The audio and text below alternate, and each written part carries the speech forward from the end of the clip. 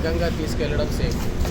Platform vehicle మీద safe పొలం దాకా తీసుకెళ్ళి అక్కడ నుంచి కొట్టి తర్వాత మళ్ళీ ఇదే బండి మీద ట్రాన్స్పోర్ట్ చేసుకోవాలా. ఇది సేఫ్ మెథడ్.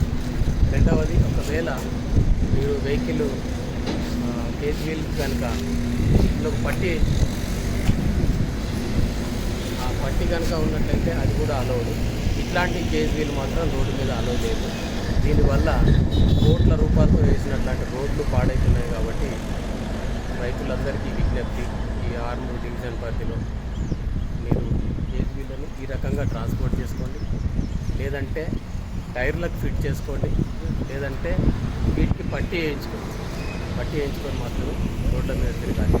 లేనట్లయితే ఈ బండి సీజ్ చేయడం జరుగుతుంది.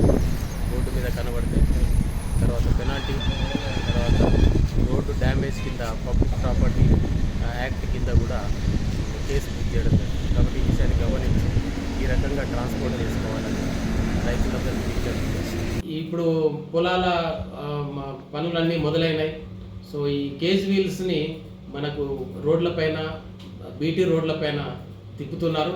దయచేసి అటువంటి పనులు చేయొద్దు. వాటికి పట్టీలు బిగించుకోండి, లేదా టైర్లకు బిగించుకోండి, లేదా ట్రైలర్ల మీద బండిని ట్రాలీలు ఉన్నాయి, వాటిపైన మీరు మీ పొలం దగ్గరికి తీసుకెళ్ళి మళ్ళీ పని అయిన తర్వాత తీసుకోండి. ఎందుకంటే ఇప్పుడు ఈ రోడ్లను వేయడానికి ఎన్నో వందల కోట్ల రూపాయల ప్రభుత్వ సొమ్ము మనం వినియోగిస్తున్నాము. సో అవన్నీ మనం కట్టే పన్నులే. కాబట్టి సో ఇట్లాంటి కేజ్ వీల్స్ కనుక రోడ్డు పైన తిరుగుతూ కనబడితే కేసు బుక్ చేయడం జరుగుతుంది, బండి సీజ్ చేయడం జరుగుతుంది, పెనాల్టీకి కూడా గురి కావాల్సి వస్తుంది. మళ్ళీ మీ పనులన్నీ కూడా ఆగిపోయే ఇది ఉంటుంది, అవకాశం ఉంటుంది. కాబట్టి దయచేసి గమనించండి.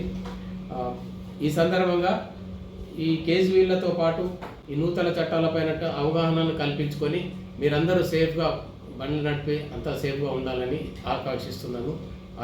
Thank you.